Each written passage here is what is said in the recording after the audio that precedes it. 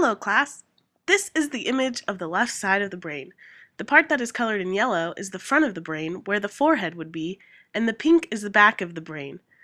The lobes of the brain include the frontal, the parietal, the occipital, the temporal, the cerebellum, and the brainstem. It is important to note that the brainstem is partially covered and extends into the anterior part of the brain. It is also important to note that this is just one half of the brain, or one hemisphere. The other hemisphere, the right hemisphere, is a mirror image of this hemisphere, and it is the other half of this whole. I will continue on to explain the importance of each area in a moment, and I will give you a moment to take down the names of each of these areas so you'll have them for your notes. The main function for the occipital lobe is vision.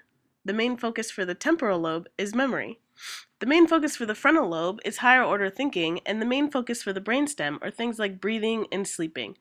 The cerebellum is responsible for coordination, and the parietal lobe is responsible for the sense of touch. Within each of these lobes are very specialized areas that are responsible for everything we do. I will touch on a couple of these in a moment, but it is very important to note that although we section the brain off into separate lobes, and we talk about each lobe being responsible for its own system, the brain works together to create the life that we know in a unified and connected system. The primary motor cortex and the premotor cortex are areas of the brain that allow us to do very complicated maneuvers. Here is an example of a maneuver that could not be accomplished without these areas of the brain. Broca's area is connected to the production of speech and language, and Wernicke's area is connected to comprehension of speech and language. To carry on a conversation with someone, both of these areas must be working.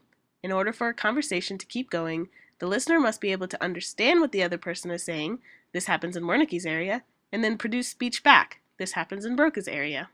Now on to vision. The primary visual cortex is located in the occipital lobe, and it is highlighted in green.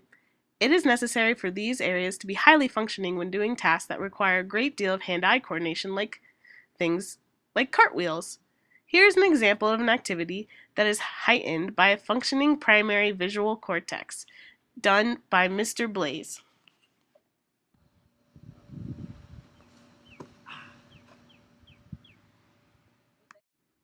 The somatosensory cortex shows you what you have sensed and touched and felt. Try walking around without the ability to feel the ground beneath you. This goes to show you that a simple act like walking can involve many different parts of your brain, and that the entire brain is important to your entire wellness. Go.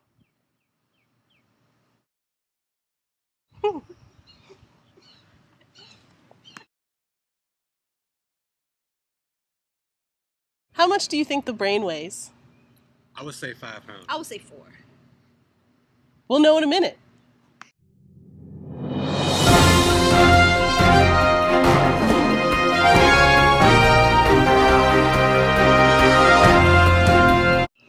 How many hemispheres do y'all think are in the brain? 2. 2.